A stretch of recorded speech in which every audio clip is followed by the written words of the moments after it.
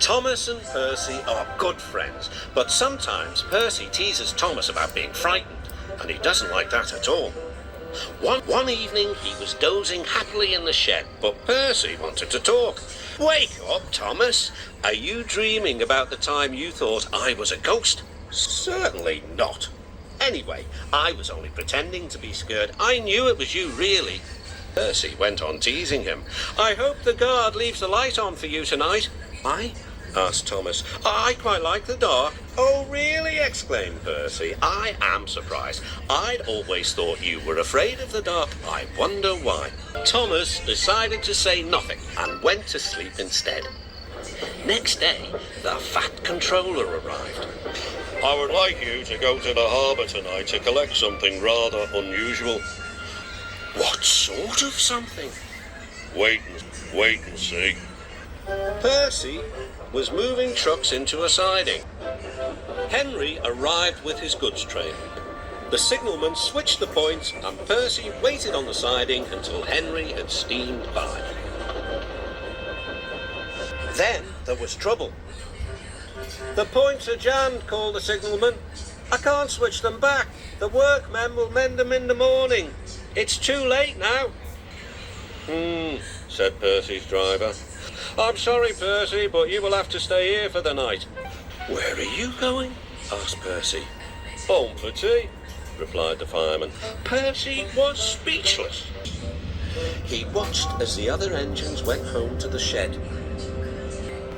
Night time came and Percy began to feel very lonely. "Oh dear," he murmured, "it's very dark." Oh, what's that?" It was only an owl, but Percy didn't realise this. "I wish Thomas was here too," he sighed.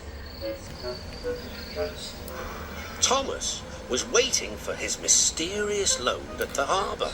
Suddenly, there it was. "Cinders and ashes," cried Thomas. "It's a dragon." "Don't worry," laughed his driver. "This dragon is made of paper. It's for the carnival tomorrow. Workmen lifted the dragon onto Thomas's low loader and put lights all around it for protection. Then Thomas set off into the misty night.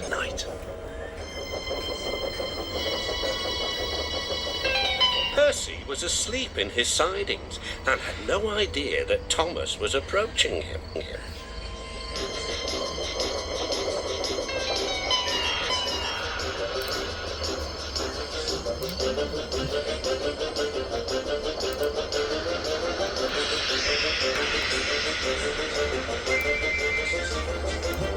"Help!"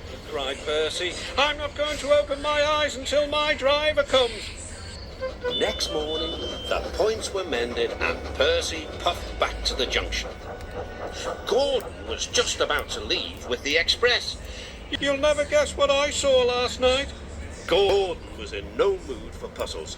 "I'm a busy engine. I don't have time for your games." "I've seen a huge dragon.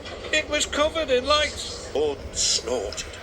"You've been in the sun too long. Your dome has cracked." When the other engines heard the news, they laughed too. "Look out, Percy," chuckled James, "or the dragon may gobble you up." "No one believes me," puffed Percy. Maybe I did imagine the dragon after all." But Percy soon found out that he hadn't. "Help! Save me!" cried Percy. "It's all right," whistled Thomas, and he explained about the carnival. "By the way, how was your night out?" Percy decided to tell Thomas the truth. "Well, Percy," said Thomas, "maybe we do get scared sometimes, but if we're not afraid to tell each other, then that means we're quite brave too."